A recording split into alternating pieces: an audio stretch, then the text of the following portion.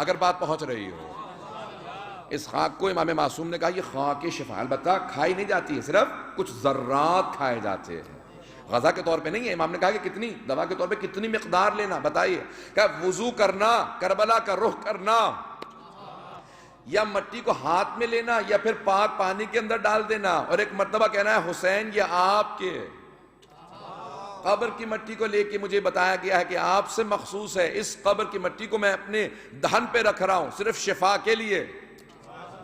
معصوم فرماتے ہیں کہ شفا ضرور نصیب ہوگی، کہ اگر تمہارے پاس خاک شفا ہو، سمندر میں سفر کر رہے ہو، اگر تلاطم آ جائے، سیلاب آنے لگے، بھنور آنے لگے، تو تھوڑی سی خاک کو سمندر میں ڈال دینا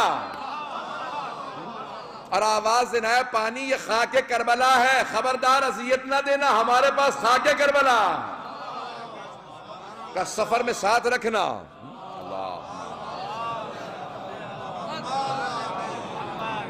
اگر توجہ ہو مجمع کی میرے ساتھ، کہ یہ مخصوص ہے جناب سید الشہداء سے، کہ سفر میں ساتھ رکھنا، قبر میں ساتھ رکھنا، کہ جس قبر کے اندر خاک کربلا رکھی جائے گی اس قبر کے اوپر عذاب نازل نہیں ہوگا۔ کہ مولا کیوں؟ کہ تمہارا کمال نہیں ہے، اس مٹی کا کمال ہے، کہ اس مٹی کے صدقے کے اندر۔ آئیں ذرا ایک اور جملے کو پیش کر دوں۔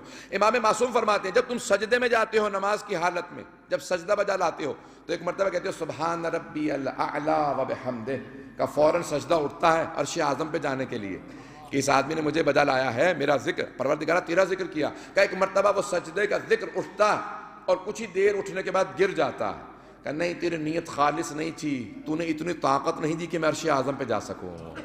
لیکن معصوم فرماتے ہیں کہ وہ ذکر جو تربت جناب سید الشہداء پہ پیشانی رکھنے کے بعد کیا جائے، وہ فوراً عرش اعظم پہ چلا جاتا۔ کہ مولا کیوں؟ کہ تمہارے ذکر کا کمال نہیں ہوتا، وہ اس خاک کا کمال ہوتا ہے کہ ذکر کو عرش اعظم تک لے جائے،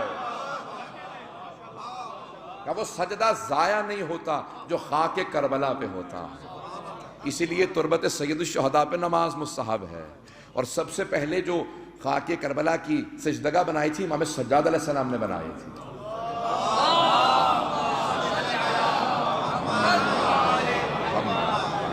توجہ ہے نا مجمع کی میرے ساتھ؟ تو عزیزان گرامی یہ خصوصیات ہیں جناب سید الشہداء کی خاک کی، ان کی قبر کی مٹی کی خصوصیات ہیں۔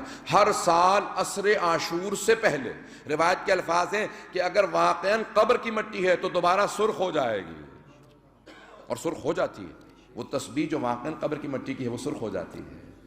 اور خود کربلا کے اندر وہ مٹی رکھی جاتی ہے، ایک شیشے کے مرتبان کے اندر رکھ دی جاتی ہے، اور وہ باقاعدہ سرخ ہو جاتی ہے۔ ہر سال جناب سید الشہداء کا یہ زندہ معجزہ ہے کہ عاشورہ پہ ان کی قبر کی مٹی سرخ ہو جاتی ہے۔ اور میں نے خود چھو کے دیکھا کہ اس میں خون ہے، یہ کیا ہے، خود ہاتھ لگا کے دیکھا۔ جب مصائب ہو رہے تھے تو میں منقلب تھا، مجھ سے برداشت نہیں ہو رہا تھا، تو میں قریب تھا مصائب پر، میں نے اس میں ہاتھ ڈال کے دیکھا کہ یہ واقعاً خون ہے، تو خون نہیں تھا۔